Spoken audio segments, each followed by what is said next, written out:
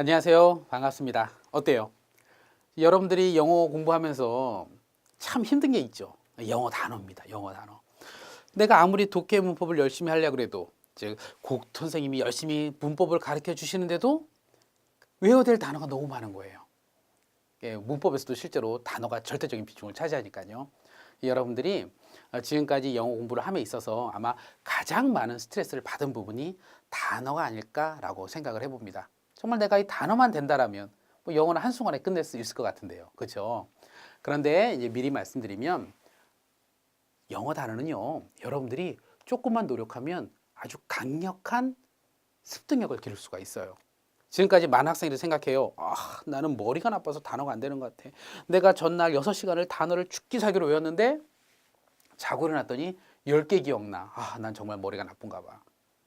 그렇게 생각하는 경우 많죠. 네, 차이는 좀 있지만 근데요. 사실은 여러분들은 지금까지 안 되는 방법으로 단어를 습득했기 때문에 안 된 거였어요. 그래서 이 시간에는 제가 여러분들께 어떻게 하면 보다 효과적으로 단어를 습득할 수 있는지에 대해서 말씀을 드릴 겁니다. 자, 한번 영단어 학습의 길을 한번 찾아봐야겠죠? 네, 이 시간을 통해서 여러분들은 찾을 수 있을 겁니다. 지금까지 여러분들 뭐 학교 다니고 그러면 어떻게 해요? 단어는 네, 선생님이 뭐라고 하세요? 야, 단어는 알아서 외워. 선생님이 독해 문법은 다 해줄 테니까 단어만큼은 네가 외워야지 내가 대신 외워줄 수 있냐? 그리고 여러분들한테 열심히 시켰죠? 그럼 여러분들 열심히 하죠? 다음날 자고 일어나면 기억나는 게 없죠? 얼마나 힘듭니까? 자, 그러다 보니까 보통 이거 실제로 한 학생의 사진이에요.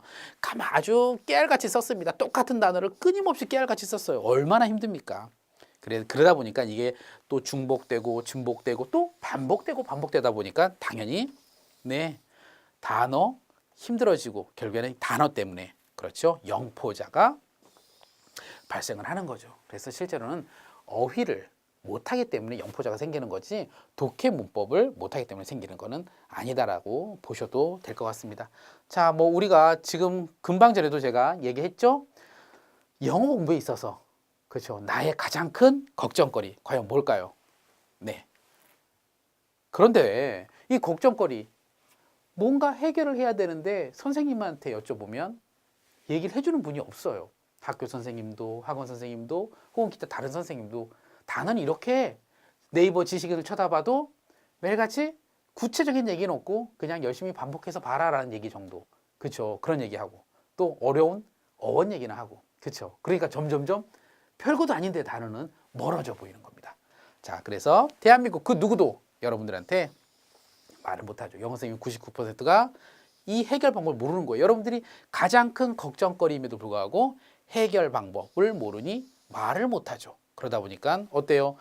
영포자가 생긴다던가 아니면은 학원을 다녔을 때 실제로 학원을 관두는 경우 단어가 힘들기 때문에 여러분들이 혹은 다른 친구가 관두는 거죠. 자, 이렇게 해서 여러분들이 가장 큰 걱정거리 바로 영단어가 되는 겁니다. 자, 그렇다면 도대체 영단어 도대체 어떻게 해야 될 거냐? 어떻게 해야지 보다 효과적으로 할 수 있을 거냐라는 부분입니다. 자, 미리 말씀드리지만요. 영어 단어는요. 암기가 아니에요. 많은 학생들이 영어 단어 암기 아니야? 영어 단어 그냥 외워야 되잖아. 근데 왜 암기가 아니지? 라고 하지만 사실은 암기가 아닌 이해라는 겁니다. 여러분들이 잘 생각해 보면 지금까지 열심히 깜지식으로 쓰던가 중얼중얼 하던가 단어를 외웠을 겁니다. 그 근본은 바로 암기라는 겁니다. 여러분들이 암기했기 때문에 지금까지 단어를 못 외운 거고요.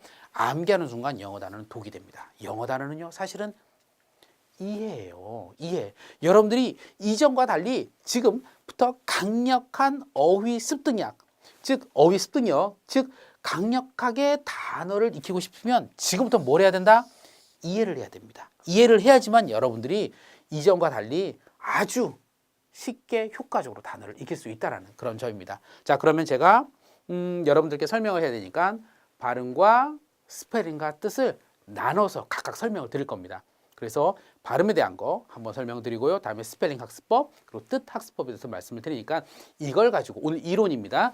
이걸 가지고 여러분들이 지금까지 여러분들이 했던 방식을 한번 점검을 해보시고 그 방법을 좀 없애시는 게 좋지 않을까라고 저는 강력히 말씀을 드립니다. 자, 첫 번째 발음입니다. 자, 보통 영어 단어를 잘 못 외우는 학생들 발음 안 합니다. 발음 안 해요. 여러분들 잘 안 하죠? 왜 안 하죠? 발음 안 해요. 일단 나는 학교라던가 학원을 갔을 때 선생님이 스펠링 테스트하고 뜻 테스트하니까 그거 해야 되거든요. 근데 발음 3번, 4번 해서 발음이 기억 안 나거든요. 그러니까 여러분들이 발음은 해도 그만, 안 해도 그만이구나 라고 보통 생각을 하죠. 하나의 옵션 정도로 생각을 한다는 겁니다. 그런데요, 영어 단어를 잘 외우는 학생들은요, 반드시 발음을 해요. 그래서 어떤 이론적인 것보다는 영어 단어를 지금부터 할 때는 반드시 여러분들이 발음을 꼭 그때그때마다 하는 습관이 매우 중요하기 때문에 발음을 꼭 해보세요. 자, 이렇게 해볼까요? 제가 이거부터 말씀드릴게요. 자, 지금까지 여러분들이 단어를 외울 때는 어때요? 눈 중심으로 합니다. 눈 중심으로 눈으로 단어 발음 기호를 본다던가 눈으로만 쓱 한번 보고 나서 그냥 스페링과 뜻을 외웁니다.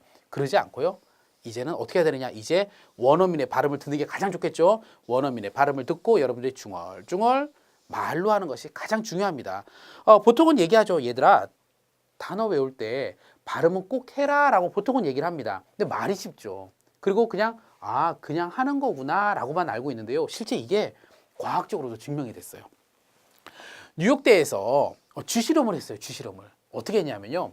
쥐의 뇌에 센서를 청반세포에다가 센서를 달고 밥을 준 거예요. 처음에는 쥐가 있으면 걔한테 밥만 주는 거예요. 아무 얘기도 안 하고 밥만 그냥 밀어주는 거예요. 때 되면은. 근데 또 한 번은 밥을 줄 때 밥이다, 밥이다, 밥 먹자, 자, 밥 항상 말을 한 거예요. 그럴 때 그냥 한마디로 눈을 통해서 밥만 줬을 때와 귀를 통해서 같이 이제 들을 수 있도록 이제 밥이다 줬을 때 이 청반세포가 뭐냐면 우리 뇌의 기억력과 관련된 장기 기억의 핵심적인 역할을 하는 세포예요. 얘가 얼마나 활성화되는지를 확인을 한 거예요. 그런데 무려 3배가 더 증가했습니다. 음식 밥만 줬을 때보다는 소리, 즉 밥이다라고 했을 때 이 수행지의 뇌가 훨씬 더 활성화됐다는 겁니다. 3배는요 되게 큰 거예요. 3배 이런 식으로 진행하다 보면 나중에 기하급수적으로 차이가 벌어지는 거거든요. 그래서 여러분들이 그냥 영어 단어는 그냥 즉 영어 단어 할 때 발음은 그냥 열심히 듣고 따라하라는 것이 그냥 중요하니까 그런가 보다라고 했다라면 실제로 이게 과학적으로도 이렇게 증명이 됐기 때문에 여러분들이 꼭 발음을 하시고요. 바로 발음, 소리는 장기 기억의 핵심적인 역할을 한다라는 부분입니다. 자, 그래서 다시 한번 정리를 하면 여러분들 일반적으로 어떻게 해요? 발음, 소리. 원어민의 소리를 듣고 발음을 하는 게 아니고 그냥 눈으로만 보는 거죠. 눈으로만 보고 그냥 한번 대충 보고 탁 안 해버리는 거죠. 그래서 단어가 잘 기억 안 났다는 겁니다. 발음과 스페링과 뜻이 있으면요. 이건 언어입니다. 그중에 가장 중요한 건 사실은 발음입니다. 발음이 가장 우선시 돼야 되는 거니까 여러분들이 명심하시기 바랍니다. 그리고 또 열심히 설문조사를 해봤죠. 왜 발음을 안 하느냐. 첫 번째 부끄러워해요. 내가 뭔가 혀를 꼬부려서 하우스 그러면 왠지 좀 부끄럽기도 하고 그러다 보니까 점점 안 하게 되는 거죠. 또 이게 가장 큰 문제인데요. 2-3번 해도 조금 전에 얘기했죠. 2-3번 해도 발음 기억이 안 나요. 발음 기억 안 납니다. 전교 1등은 2-3번 하면 기억나나요? 전교 1등도 2-3번 해도 발음 기억 안 납니다. 걔는 3번, 4번, 5번 계속 하다 보면 어느 순간에 머리에 딱 꽂히는 거고 우리가 가령 영화 러브 액츄얼리 이런 영화 있지 않습니까? 처음엔 보면은 잘 너 그 영화 있잖아. 그 뭐였더라? 그래 러브 액츄얼리 그 재밌냐? 이렇게 물어봐요. 그러면 러브 액츄얼리 재밌다. 이렇게 하다 보면 듣다 보면 자연스럽게 러브 액츄얼리가 머리에 탁 들어오는 거거든요. 근데 처음에 들을 때는 뭐든지 잘 안 들어오는 거거든요. 여러분들이 그러다 보니까 똑같은 거예요. 단어도 처음에는 발음을 할 때 2번, 3번 해서 잘 기억이 안 나지만 여러분들 이런 식으로 영화 제목 얘기하는 것처럼 3번, 4번 발음하다 보면 완벽하게 머리에 꽂히고 머리에 완전 꽂힌 순간 10년, 20년이 지나도 걔는 안 떠나갑니다. 자, 다시 계속 해볼게요. 그러니까 학생들이 뭐라고 생각해요? 2번, 3번 해도 발음이 안 나니까 발음은 해도 그만, 안 해도 그만이구나라고 생각을 하고 결국에는 발음을 안 해요. 그렇죠? 영어가 언어가 아닌 암기 과목으로 전락을 해버린 거죠. 여러분들 혹시 블록버스터 영화 보신 적 있어서요? 블록버스터 보면 되게 재밌잖아요. 그런데요, 그거 소리 없애고 한번 봐보세요. 소리 아예 없애고.